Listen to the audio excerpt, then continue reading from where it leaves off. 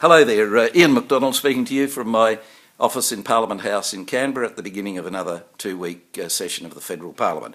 Well, Gillard survived yesterday's caucus meeting. I understand it was a pretty sullen affair. I'm pretty sure that the news poll Tuesday morning helped her, and thank goodness for that, because we sure want to keep her there at the next election. But there is another week where something could happen, so I'm told by Labor people around the corridors, but we'll see what happens there.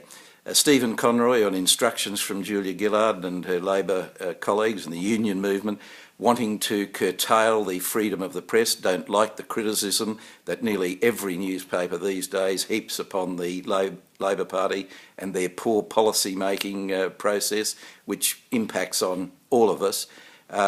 The work that Conroy's proposing in muzzling the press is reminiscent of what happened in totalitarian countries in the 1930s and 40s, something that Australians should be very, very concerned about.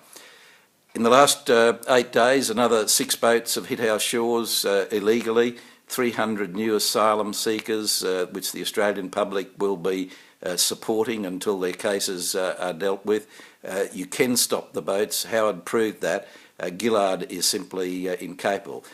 Incidentally, I spoke about this very subject in the Senate yesterday, and if you've got 15 minutes to spare and want a good sleep tonic, you might like to have a look at that speech. It's on my website and on my Facebook. The election last weekend in Western Australia showed what people really think. Forget about the other polls. They clearly don't like Labor, and more importantly, the Greens have been given their marching orders after what happened in Queensland, particularly the ACT and now Western Australia. I think the Greens will disappear from the political map, and good riddance to them as well. Until next week, stay safe.